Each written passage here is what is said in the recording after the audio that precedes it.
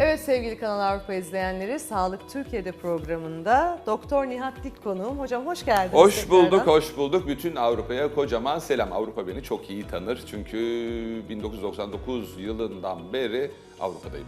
Harika. Orada da kliniğiniz var. Orada da klinikler var. Hangi Şimdi ülkede yeni kliniğiniz var? klinikler var. Onu Almanya'da, belirtelim. hep Almanya'da vardı. Şimdi Belçika ve Hollanda'ya da yeni klinikler açıyoruz. Bir tane de Zürih geliyor yakında. Harika. İnşallah. Harika. Oradaki Türkler... Pandemi eminim- biraz ara verdik 2 yıl bu işlere ama şimdi artık yeniden Avrupa'ya, Fethiye'ye çıkmak lazım. Süper. Hocam ilk soruyla başlamak istiyorum. Tabii. Kök hücreli saç ekimi nedir ve diğer yöntemlerden farkı nedir? Evet, önce kök hücre nedir, saç ekimi nedir, farkı nedir diye 3 tane soru aldım diye düşünüyorum. Lütfen. Efendim kök hücre sizin ana hücreleriniz. Yani bu en çok kemik iliğinde olur, en iyi. Yağda olur, güneş görmeyen kulak arkası ya da kasık bölgesinde. Normal göbek yağında da var ama adi yağdır, sayısı azdır kök hücrelerin.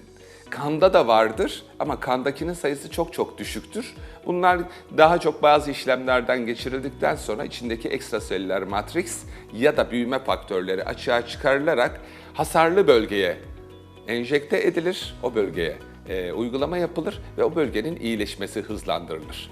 Bu iyileşmeyi hızlandırılan maddenin adı ekstraselüler matrix. Yani hücreler arası iletişimi sağlar. Peki biz bunu nasıl elde ederiz? Biz bunu pratikte normalde işte biliyorsunuz kemik iliğinden, şundan, bundan her yerden yapılıyor. Biz kulak arkası mastoid fasya dediğimiz bölgedeki yağ hücrelerinden ve deri hücrelerinden elde ediyoruz. Bunları 2,5 milimetrelik punchla alıyoruz. Aldıktan sonra özel bir kit yardımıyla izole ediyoruz, ayrıştırıyoruz ve içindeki ekstraselüler matrisleri çıkartıyoruz. Daha önceden fibroblast diye bildiğimiz alıyorduk, laboratuvara gönderiyorduk. 5 hafta kalıyordu, onlar çoğalıyordu. Sonra bir doz gönderiyorlardı, bir enjektör buz kalıplarının içinde. Biz onu alıyorduk, enjekte ediyorduk. Yüzünüze, saçınıza, nerenize isterseniz. Ondan sonra bir ay sonra bir daha, bir ay sonra bir daha. 3 parti yapılıyordu bu iş. Ama teknoloji artık öyle bir noktaya geldi ki yine otolog ama mikrogrefle alınan kulak arkasından, otolog ne demek? Kendinden kendine. Kendi kendine demek. Yani senin yağını alıyorum, içindeki kök hücreyi çıkartıyorum kulak arkasından özel bir kit yardımıyla. Sonra elde ettiğim o büyüme faktörü ve ekstraselüler matriksi neresi lazımsa geliyorum oraya ekliyorum. Neresi lazım? Saçınız dökülüyor. Saçınıza enjekte ediyorum. 3 hafta sonra saç dökülmeniz duruyor. 3 ay sonra yeni bebek saçlarınız çıkıyor. Peki bunları yaptık. Evet, saçta bu başarıyı sağladık. Etkisi yaklaşık ortalama 3-5 yıl. 3-5 yıl boyunca artık korumadasınız. Yani arabanızı sigorta yaptırdınız. Saçınızı seviyorsunuz ve dökülüyor. Niye sigorta yaptırmıyorsunuz? İşte kök hücre bu. Diyelim ki bunu aldınız, yüzünüzü uyguladınız, göz kapaklarınıza, ağız çeresine, kırışıklara. Bir 5-10 yaş gençleşme oluyor hemen 3 ay içinde. Yani Kök hücre budur. buralarda Her yerde uygulanabiliyor kullanılır. mu? Tabii her yerde kullanırsınız. Kök hücre bu. Nereye koyarsanız o hücrenin şeyine. Küçükken bir şey vardı, Değiş Tonton Değiş diye bir çizgi film vardı. Kök hücre onun gibi. Nereye koyarsan o oluyor. Diş damağa koyuyorsun, damak oluyor. Dişe koyuyorsun, diş oluyor. Deriye koyuyorsun, deri. Saça koyuyorsun, saç. Daha erektil disfonksiyon, yani erkeklerde sertleşme probleminde de kullanıyoruz.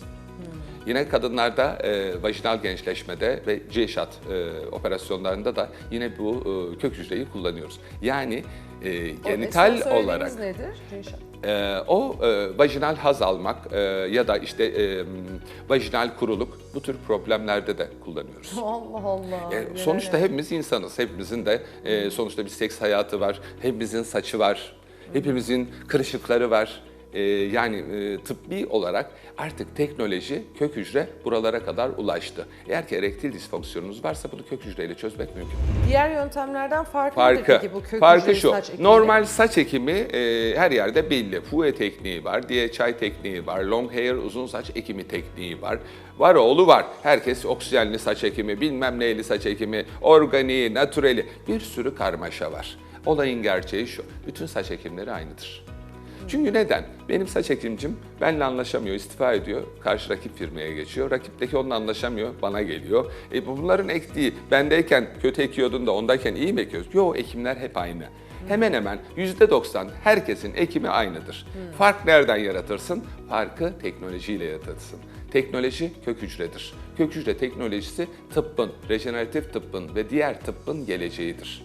Ve eğer kök hücreyle saç ektirdiyseniz normalde dökülen bir saça saç ekimi yapamazsınız. Neden? Çünkü buradaki saçlarınız zaten hasar görmüş. Böyle cılızlaşmış, kanlanması bozulmuş. Özellikle erkek tipi saç dökülmesinde o kötü bir testosteron var, saç döken, dihidrotestosteron. Buna maruz kaldıysanız saç ekimi yaptıramazsınız. Aktif saç dökülmesi varken saç ekimi yapılmaz, kural 1. Yaparsan ne olur? Ektiklerin kalır. Önceden var olan cılız saçların, o şey gibi olan, çalı çırpı gibi olan cılız saçların hepsi elveda, ömrünü kaybeder. Yani ölürler. Senin ektiklerin kalır. Kaç kreft ektin? 5.000. 5.000 tane ektin ama 10.000 tanenin de ölümüne neden oldun. Sıkıntı. Peki önce ne yapalım? Tarla gibi düşünün. Önce biz buraya bir 200 kamyon güzel, verimli vadi toprağı, vadiden böyle dere içinden toprak götürsek, döksek. Üzerine de güzel bir gübrelesek organik. Ondan sonra fidanlarımızı eksek. Önceki çalı çırpımız da ağaç olur, ektiğimiz fidanlar da büyür ve hiç kimse ölmez. İşte kök hücrenin bize getirdiği şey tarlanızı gübrelemek gibi. Oraya yüzlerce kamyon alüvyonlu, bereketli toprak taşımak gibi düşünün. Eğer ki böyle bir saç deriniz incelmişse, kalınlaşmışsa önce kök hücre yapıyoruz.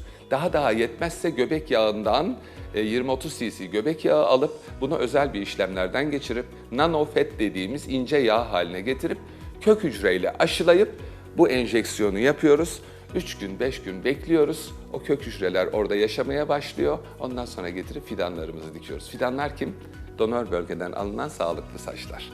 Yani bu işin teknolojisi artık öyle sırf konvansiyonel ya da klasik yöntemle saç ekimi değil. Bu iş artık teknolojiye döndü.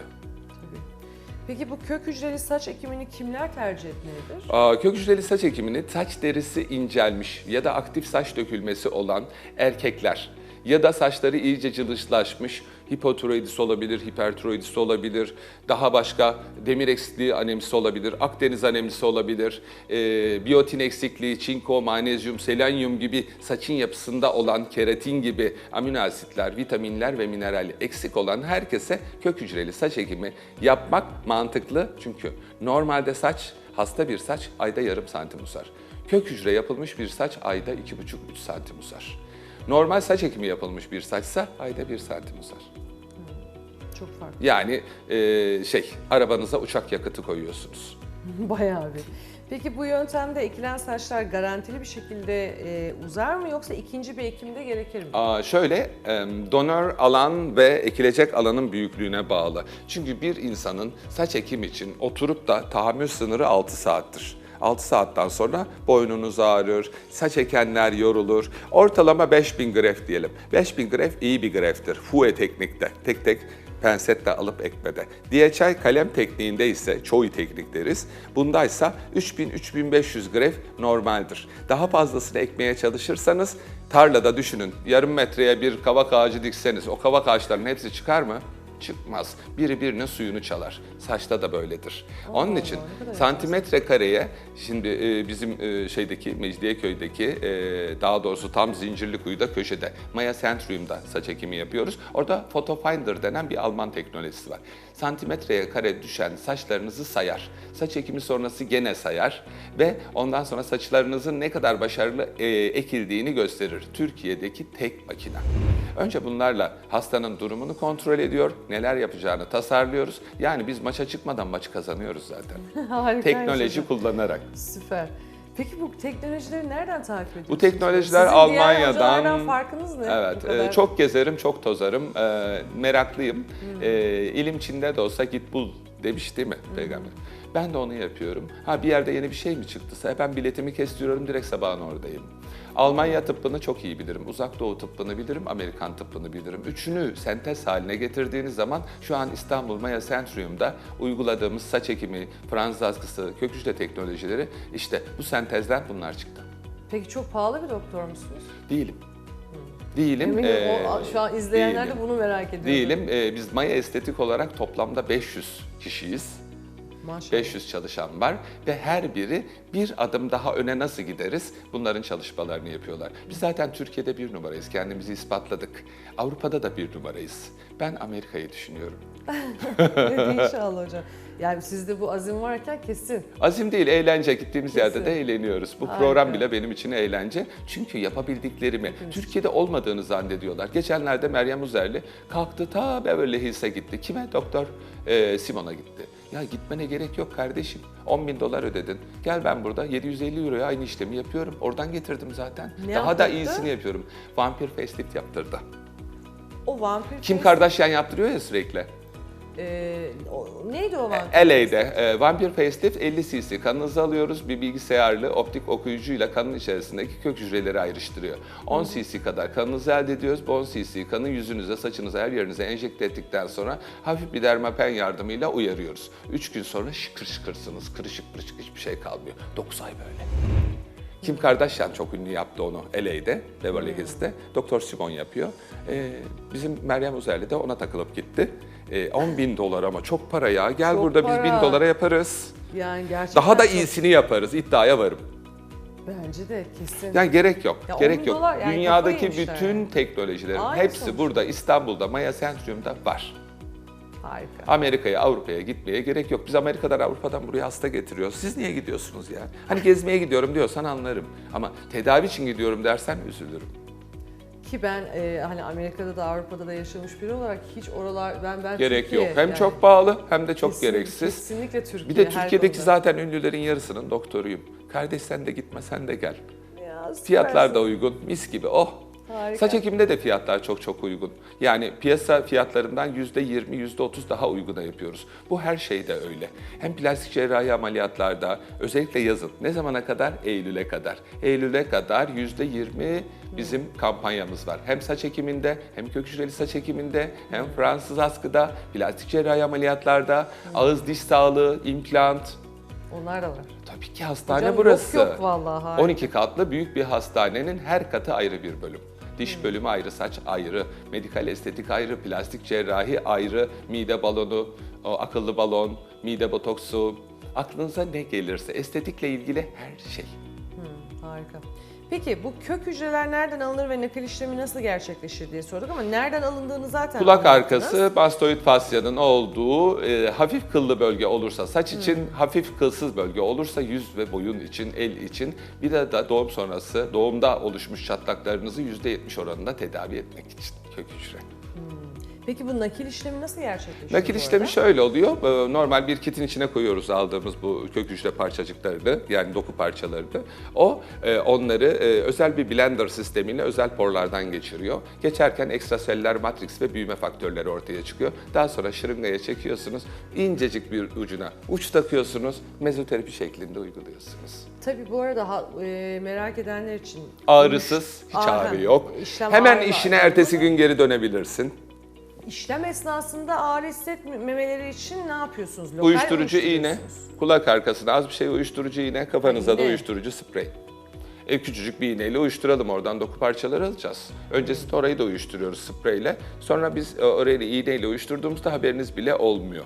Ama yine de çok korkuyorsanız, kan görsem bayılırım, iğne görsem bayılırım diyenleri de uyutarak yapıyorum. Peki o vampir lift dediğiniz şeyde bütün yüzü o şeyle emlayla Kanlı, falan... böyle kıpkırmızı kanlı bir yüzünüz oluyor o işlemin sonunda. Onun için adı vampir. Hayır, emlayla uyuşturuyor musunuz onu yaparken? Normal kendi anestezi kremlerimiz var. Yani Çünkü anestezi bizim kremler. kremlerimiz emladan daha etkili. Ha işte emla, işte ağız alışkanlığı bizde. Yani o anestezi her yerde emla var, kremleriyle, doğru. Uyuşturuyorsunuz Tabii ama. tabii onlarla uyuşuyor. Ama yine de ağrı eşiğiniz düşükse uyutuyoruz. Yok. 10 dakika Merak uyuyun, etme. uyanın, konu kapansın. Kendim için burada araştırmaya giriyorum programı. Evet efendim, spikerimiz, kendi sunucumuz, kendi derdine Ben düştü. kendi derdime düştüm şu an. Uyuşturuluyor mu, acıyor mu, acımıyor mu? onları Yaptıracak, merak karar verdi ama acır mı? Ay acır mı? Ay bilmiyorum valla. İşte Osman'a bir danışalım beraber. Osman evet. izin verir herhalde. Evet, yani. verir çünkü onda yok. Yani muhtemelen hayır. Yok çünkü bizdeki kök hücre teknolojileri, vampir olsun şey olsun, diğer kullandığımız teknolojiler başka Türkiye'de doktorlarda yok. Çünkü bunları özel olarak Amerika'dan tutup kullanılan ben getiriyorum. Harikasınız valla. Ve Eylül'e kadar %20 indirimi kaçırmayın diyorum özellikle gurbetçilerimize. Evet, buradan da söylemiş olduk. Peki, normal saç ekimi sonrasında kök hücre işlemi yapılması mümkün müdür? Yapılması mümkündür. Normal saç ekildikten sonra eğer aradan 3 aydan fazla geçmemişse yaptırdığınız kök hücreli saç ekimi olur. Öncesinde kök hücre yaptırıp 3 ay sonra saç ektirebilirsiniz. Yine kök hücreli saç ekimi olur. Yani 3 aya kadar şeyiniz var. Vizeniz 3 aylık. Valla çevremde saç ekimi araştıran çok insan var.